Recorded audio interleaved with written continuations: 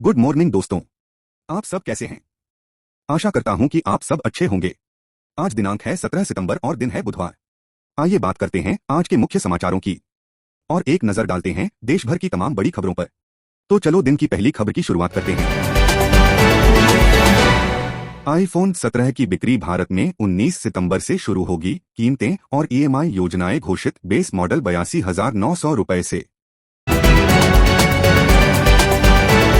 RBI ने payment aggregators पा के नियम सख्त किए हैं ताकि ऑनलाइन लेनदेनों में धोखाधड़ी कम हो और उपभोक्ता संरक्षण बढ़े। यूआईडीएआई दिसंबर 2025 में नया आधार मोबाइल ऐप लॉन्च करेगा। फोन नंबर अपडेट व पहचान शेयर करना ऐप पर संभव होगा। मुले अकाउंट नेटवर्क विजयवाड़ा में बैंक छापे में पकड़ा गया। ओडिशा के 2 लोगों ने नौकरी और डिजिटल धमकियों के झांसे में खाते खोले थे। भारत में ओटीटी प्लेटफॉर्म्स के उपयोग में वृद्धि। 601 million user, 148 million active paid subscription. Lucknow में मोबाइल टावर लगने पर हाई कोर्ट ने निर्माण पर रोक लगाई। निवासियों की सुरक्षा को लेकर याचिका दाखिल हुई थी। बैंक ऋण ग्राहकों के लिए प्रस्ताव। यदि छोटे मोबाइल क्रेडिट ऋणों में भुगतान डिफॉल्ट हो तो बैंक फोन लॉक कर सकेंगे, लेकिन गोपनीय डेटा नहीं।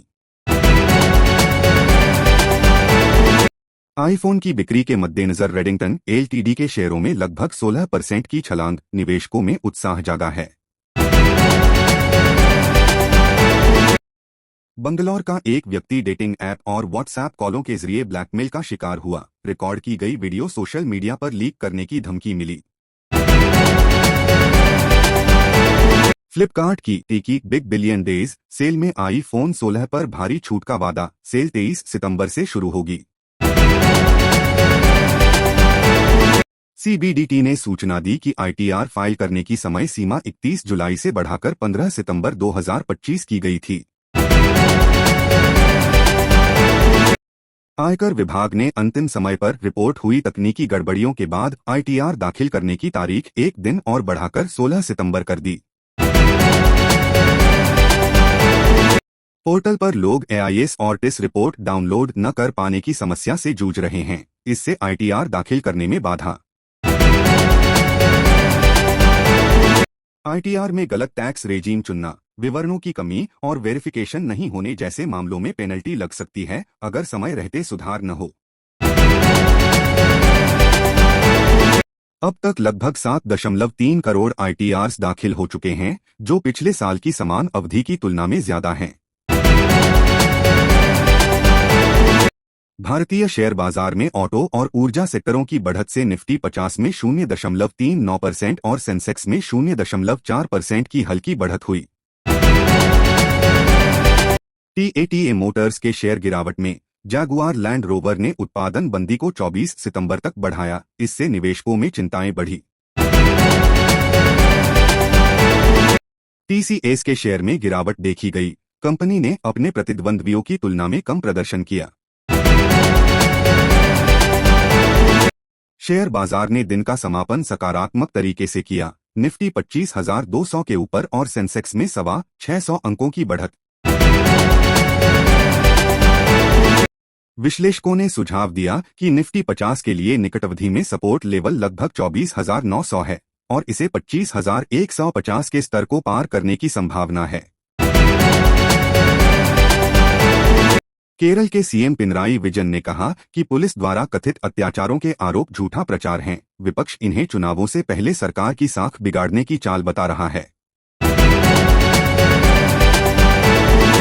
कांग्रेस ने छत्तीसगढ़ में वोट चोर गद्दी छोड़ अभियान शुरू किया है। सचिन पायलट इसकी अगुवाई कर रहे हैं। लक्ष्य संवैधानिक चुनावी प्रक्रिया की आवाज उठाना है। पश्चिम बंगाल में पूर्व सीपीएम नेता प्रसेनजीत बसु कांग्रेस में शामिल हुए। चुनाव से पहले इस कदम को राजनीतिक रणनीति का हिस्सा माना जा रहा है। पीएम मोदी ने बिहार सीमांचल इलाके में अवैध प्रवासियों के मुद्दे पर विपक्ष की यात्राओं पर हमला किया। कहा कि यह सिर्फ वोट बैंक की राजनीति है। केरल की राज्य सरकार ने साबरमाला मंदिर मामले में अपना रुख बदला। अब भक्तों की भावनाओं को मानते हुए कहा गया कि मामला बंद है। विधानसभा चुनाव से पहले ये रणनीति मानी जा रही है। शाहिद अफरीदी ने राहुल गांधी की तारीफ की। भारत पाकिस्तान हो सकी हैंडशेक विवाद के बीच बीजेपी ने कांग्रेस पर देश विरोधी विचारों को आकर्षित करना का आरोप लगाया। पंजाब के मुख्यमंत्री भगवंत मान ने कहा कि भारत पाक क्रिकेट मुकाबले की अनुमति है, लेकिन धार्मिक यात्राओं पर पाबंदी की जा रही है। उन्होंने इसे केंद्र की विशैला रवैया बताया। मध्य प्रदेश कांग्रेस ने निकाय चुनाव 2027 से पहले यह देखना शुरू कर दिया है कि जनता में किस प्रतिनिधि की लोकप्रियता कम हुई है। नए फार्मूले से पार्टी को आकलन करना है। स्वच्छता ही सेवा अभियान 2025 देश भर में 17 सितंबर से शुरू होगा। सरकारी कार्यक्रमों के जरिए नागरिकों को जुड़ाव और जागरूकता बढ़ाने का लक्ष्य। भारत अमेरिका के बीच नए व्यापार वार्तालाप दिल्ली में होने वाले हैं। ये वार्ताएं अमेरिका द्वारा भारत पर लगाए गए टैरिफ और निर्यातायात बाधाओं के मद्देनजर महत्वपूर्ण मानी जा रही हैं। चलो अब एक नजर बॉलीवुड में डाल लेते हैं। पूर्व अभिनेत्री नफीसा अली ने अपना स्वास्थ्य अपडेट साझा किया। डॉक्टरों ने सर्जरी को नामंजूर कर केमोथेरेपी फिर से शुरू करने की सलाह दी। राज कुंद्रा को ईओडब्ल्यू ने 5 घंटे पूछताछ की। कहा गया 60 रुपए करोड़ के घोटाले में कुछ हिस्सा बिपाशा बसु व नेहा धूपिया को फीस के रूप में गया है। दिव्या खोसला कुमार ने कर्ली जेनर और बॉलीवुड सितारों की प्लास्टिक सर्जरी की प्रवृत्ति पर कटाक्ष किया। कहा, सभी चेहरे लगभग एक जैसे दिखते हैं। कंगना रनौत ने बठिंडा कोर्ट में पेशी से बची। 29 सितंबर की एक ताज़ा समन जारी। मानिंदर कौर ने मानहानि का मुकदमा दर्ज किया है। फराह खान ने बाबा रामदेव और सलमान खान में समानता निकालते हुए योग गुरु से बॉलीवुड में अभिनय करने का सुझाव दिया। बागी 4 की प्रोडक्शन कंपनी ने आरोप लगाया कि टीजर रिलीज के बाद कुछ लोगों ने फिल्म की नकारात्मक यूट्यूब समीक्षा हटवाने और उन्हें धमकी देने की कोशिश की। अमीषा पटेल ने दावा किया कि कई बॉलीवुड सेलिब्रिटी सोशल मीडिया पर फॉलोअर्स खरीदते हैं, जिससे उनकी लोकप्रियता असली से ज्यादा दिखती है। फवाद खान और वाणी कपूर की फिल्म आबीर गुलाल ने शुरुआती समीक्षाओं में निराश किया है। आलोचकों ने इसे मेलकेड और असंगत कहानी बताया। प्रिय सचदेव कपूर ने संजय कपूर की मौत के बाद पहली बार सार्वजनिक कार्यक्रम में भाग लिया। एक्मा वार्षिक सम्मेलन में संपत्ति विवाद के बीच। पेज 3 फिल्म की आरा शर्मा, संध्या मृदुल व कोंकणा सेन शर्मा की कास्ट ने हाल ही में एक कार्यक्रम में साथ वापसी की। प्रशंसकों ने इस पुनर्मिलन को खास बताया। आइए अब आखिरी में एक नजर खेल समाचार में भी डाल लेते हैं। इंडिया पाकिस्तान में हैंडशेक विवाद। एशिया कप के दौरान भारत और पाकिस्तान के बीच मैच के बाद हैंडशेक न करने को लेकर विवाद हुआ। बातचीत का केंद्र बिंदु मैच रेफरी एंडी प्रायक्रॉफ्ट का निर्णय रहा।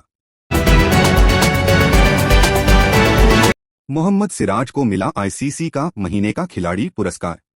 अगस्त 2025 के लिए मोहम्मद सिराज को पुरुष क्रिकेटरों में ICC men's player of the month का पुरस्कार दिया गया है। दिलीप ट्रॉफी का फाइनल। सेंट्रल जोन ने साउथ जोन को 6 विकेट से हराकर 11 साल बाद दिलीप ट्रॉफी जीती है। INDIA वर्सेस ऑस्ट्रेलिया ए श्रृंखला। भारत ए और ऑस्ट्रेलिया ए की टीमों के बीच बहुदिन की 4 दिन की मैचों की श्रृंखला शुरू हो रही है, जिसमें श्रेयस अय्यर टीम की कप्तानी करेंगे।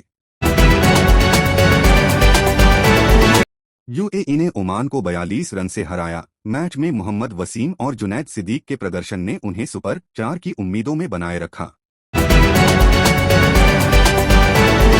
श्रीलंका ने हांगकांग को 4 विकेट से हराकर एक रोमांचक मुकाबले में जीत दर्ज की। पथुम निसांका ने 44 गेंदों में 68 रनों की पारी खेली। भारत ने पाकिस्तान को हराकर ग्रुप में शीर्ष स्थिति बरकरार रखी। कुल 2-2 मैचों में भारत के 4 पॉइंट्स प्लस 4.793 NRR हैं। ग्रुप में पाकिस्तान और यूएई दोनों के पास 2 से 2 मैचों के बाद 2-2-1-1-0 रिकॉर्ड है, लेकिन NRR के कारण पाकिस्तान दूसरे स्थान पर है। ग्रुप में श्रीलंका ने लगातार 2 जीत के साथ टॉप किया है। अफगानिस्तान दूसरे स्थान पर है। बांग्लादेश की सुपर 4 में पहुंचने की राह मुश्किल होती जा रही है। प्रीमियर लीग में बड़ा परिणाम। मैनचेस्टर सिटी ने मैनचेस्टर यूनाइटेड को 3-0 से हराकर दबदबा बनाया है। तो दोस्तों, आज की सभी बड़ी खबरों का यही रहा हाल। देश दुनिया, खेल, राजनीति और मनोरंजन की ताज़ा अपडेट्स आपको लगातार इसी मंच पर मिलती रहेंगी। आप हमें बताइए कि आज की कौन सी खबर आपको सबसे अहम लगी। कल फिर मिलेंगे नई खबरों और ताज़ा अपडेट्स के साथ। तब तक के लिए दीजिए इजाजत। धन्यवाद और जुड़े रहिए हमारे साथ।